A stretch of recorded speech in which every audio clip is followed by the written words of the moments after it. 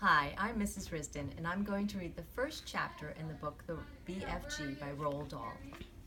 The Witching Hour. Sophie couldn't sleep. A brilliant moonbeam was slanting through a gap in the curtains. It was shining right on her pillow. The other children in the dormitory had been asleep for hours. Sophie closed her eyes and lay quite still. She tried very hard to doze off. It was no good. The moonbeam was like a silver blade slicing through the room onto her face. The house was absolutely silent. No voices came up from downstairs. There were no footsteps on the floor above either. The window behind the curtain was wide open, but nobody was walking on the pavement outside. No cars went by on the street. Not the tiniest sound could be heard anywhere. Sophie had never known such silence.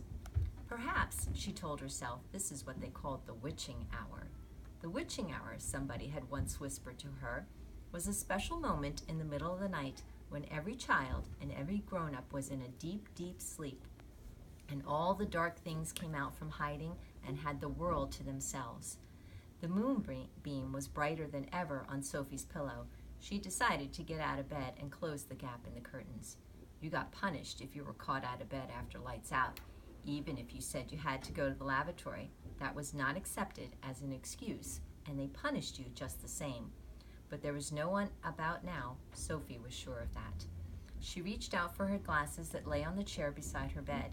They had steel rims and very thick lenses, and she could hardly see a thing without them. She put them on, and then she slipped out of bed and tiptoed over to the window. When she reached the curtains, Sophie hesitated. She longed to duck underneath them and lean out of the window to see what the world looked like now that the witching hour was at hand. She listened again. Everywhere it was deathly still.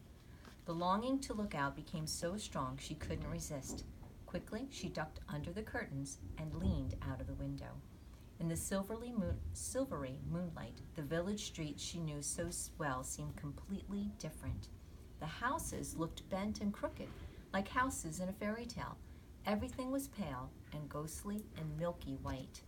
Across the road she could see Mrs. Rance's shop where you bought buttons and wool and pieces of elastic. It didn't look real. There was something dim and misty about that too. Sophie allowed her eye to travel further and further down the street. Suddenly, she froze. There was something coming up the street on the opposite side. It was something black, something tall and black, something very tall and very black and very thin. And that's the end of chapter 1.